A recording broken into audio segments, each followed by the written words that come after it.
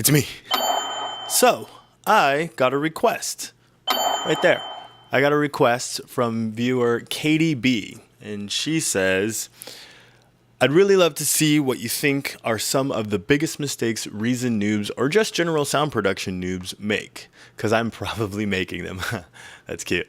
So yeah, let's get into this. I would like to talk more in a general sense, actually. You know, whatever problems you run into with your DAW are just going to be problems you run into with your DAW, but whatever problems you run into in a more general sense in music production, now that's something we could probably, all us noobs, all you noobs, that's something all you noobs out there could probably use a little bit of help with. So without further ado, here are 10 mistakes new producers make. All right, let's get into this. So, mistake number 1, over EQing. So I see this one a lot, and I used to do it as well.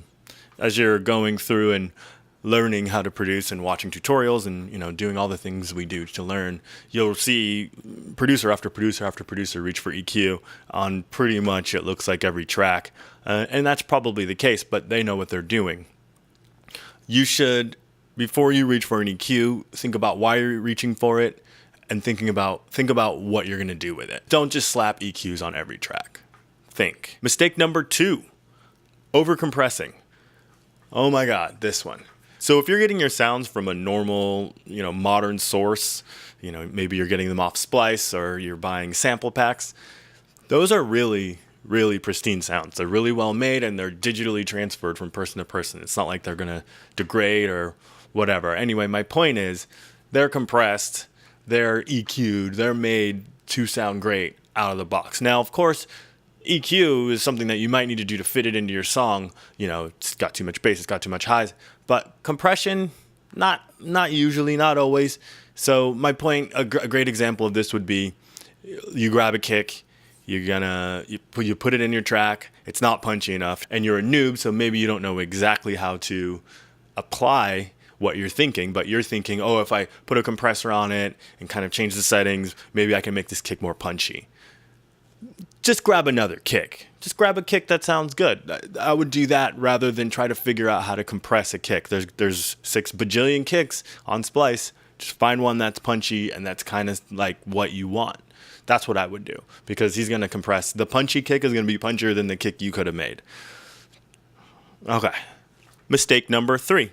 Another mistake that new producers make while they're arranging their song or making their song is that they'll put stuff on the master bus. Yeah, just don't do that. Mistake number 4, making songs that are too long. Yeah, everything that you make, every instrument, every second seems precious, but it's not. I would highly recommend when you start off, even if you think you're gonna go out and make, you know, progressive rock or even progressive house music, I would really strive, if I were you, to try to make songs in a pop structure. I myself started as a house DJ and still make house music to this day, but I learned more about how to make a song and how to break the rules of making a song. That's kind of what house does, in a way. You know, these long arrangements are not normal. How to make a song is more difficult than how to make your little passion project. So learn how to make a pop structured song and make it interesting and not make it sound bad. That's really hard to do. And if you can do that, then you can, of course, take that interesting piece and stretch it out into a longer arrangement for your, you know, club version or whatever. But write the radio version, make the extended edit. I don't know. That's just me. Mistake number 5, listening to your instruments in solo too much. Yikes, don't do this one. So I used to all the time. I would reach for that hi-hat, and then here's the hi-hat, and I gotta throw a high-pass EQ on it so that I can take out all the lows. And yeah, you probably do in this case. But here's the problem. I hit solo to hear that hat, and then I start high-passing it. No. I mean, kind of. Sometimes if the instrument is very small, you want to get a quick little reference or you want to get some reference on it, yeah, hit solo. But at the end of the day, you are mixing the track together. So do not listen to things in solo too much. There, of course, are exceptions, and that button exists for a reason, but just don't lean on it. Listen to things in context while you're mixing them in. Mistake number 6. This one isn't really a mistake. It's kind of more of a preference thing, but it bears mentioning because if you do it one way, you should try doing it the other way. What am I talking about? I'm talking about starting off with drums. Now, if you're a hip hop producer and you like Travis Scott, I'm sure you've heard him talk about the drums. That's where I used to start as well. However, I challenge you, those of us who start with drum or those of us who start with drum and bass, I challenge you to start with chords. No matter who it is, from Post Malone to Dr. Dre to Travis Scott, it's the melodies we really remember. So you should write from that place. Now, sometimes a drum pattern can just take you there, and it's really important. Obviously, it's really important. But if you write from the place of chords and melody first, I think you'll be surprised by, how much easier it gets to write drums in a way, and how much more potent your songwriting will become. Mistake number 7, mixing bass too loud. Now this one is just going to happen, but you just got to keep your mind on it if you're a noob. Everybody wants to turn that bass up. I get it. When you get to the point where you're trying to finish up that track you just made, though, and you're in the mixing phase, throw some headphones on and compare it to real tracks. Compare how bassy your mix is to their mix. Play it in the car against other stuff. I mean, you should be doing this with your mixing anyway, but I feel like as a noob, bass is just, it's such a trap. That's funny. But it's such an easy trap to fall into, to have the bass too loud. Every single new producer that throws headphones on me and goes, check out this new thing I made, has too much bass in it. So a lot of it's going to have to do with the fact that you haven't treated your room, you're still new, whatever, but just keep it in there. Keep it in there. Just turn down that bass. Just, chill it out. Mistake number 8. Now, this one's a little bit more advanced, but it's just kind of a word I want you to keep in your head if you're a noob. You might not know what I'm talking about, but just keep this one in here. You need to be on the lookout for bass phase coherency. Yikes. What does that mean? What that means is, as you are mixing your bass, and the last one was about not mixing it too loud, this one is about if you're layering basses or if you're making wide basses, kind of that Drake drone, I call it. That ooh. That was weird.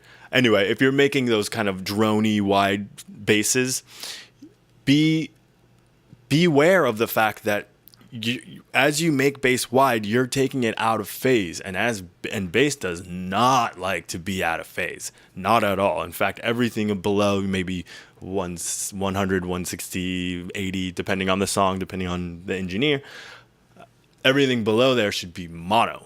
Mono is all mono can get. So as you're making your very cool sounding basses that are wiggly and that kind of have a little bit of a chorusy sound to them, you're messing up your bass coherency down below. So phase coherency, that's the word you want to keep in your head. And how do you mitigate against it? Well, you do that with mid-side EQ. I'll touch on it on my channel. I don't want to get into it here, but just know that that's always a problem in the beginning. Mistake number 9. This is another one that's kind of a little bit advanced, but it's another one that you should keep in your head. You might not wrap your head around a couple of these fully, but keep it in there.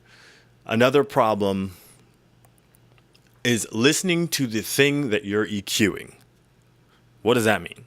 So let's say you have a full composition, but the hi-hats need to be a bit brighter.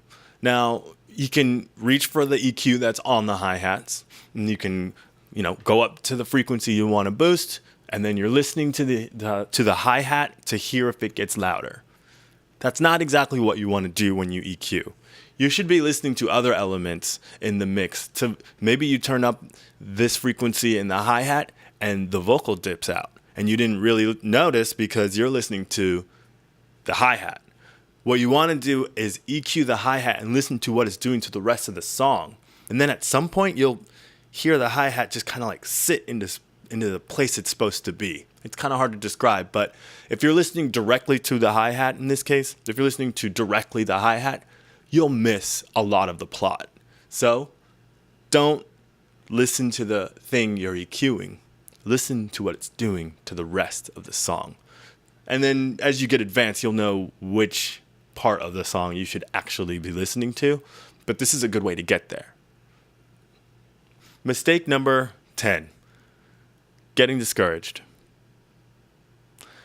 This is a tough one because music production is not easy. It's very difficult and it's very complicated. And once you get all the complicated things out of your way, you figure out how your DAW works and you know how the science of audio works, you still have to contend with a little thing called inspiration. And that's probably the trickiest mistress of them all. I mean, given a long enough timeline, we all can learn a thing, but not all of us seem to be touched by the muse. But I don't know if that's true. I think if you hang in there and you put in the time, you can train yourself to be more musical. You can train yourself to turn it on. So just put in the hours, put in the time. Don't get discouraged, and love yourself. Love the music that you're making, even the shitty stuff. Sorry, language. And love yourself. Love the music you're making, even the shitty stuff. You won't be a noob for long. If you like this video, actually, if you like this type of video, just me talking to you, let me know in the comments below. I also do more straightforward tutorials, mostly in Reason on this channel. So hit the subscribe button, hit like if you like this video. I would love a discussion down in the comments to see what you guys think. And yeah, thank you so much. Shouts to KDB, and I'll see you guys soon.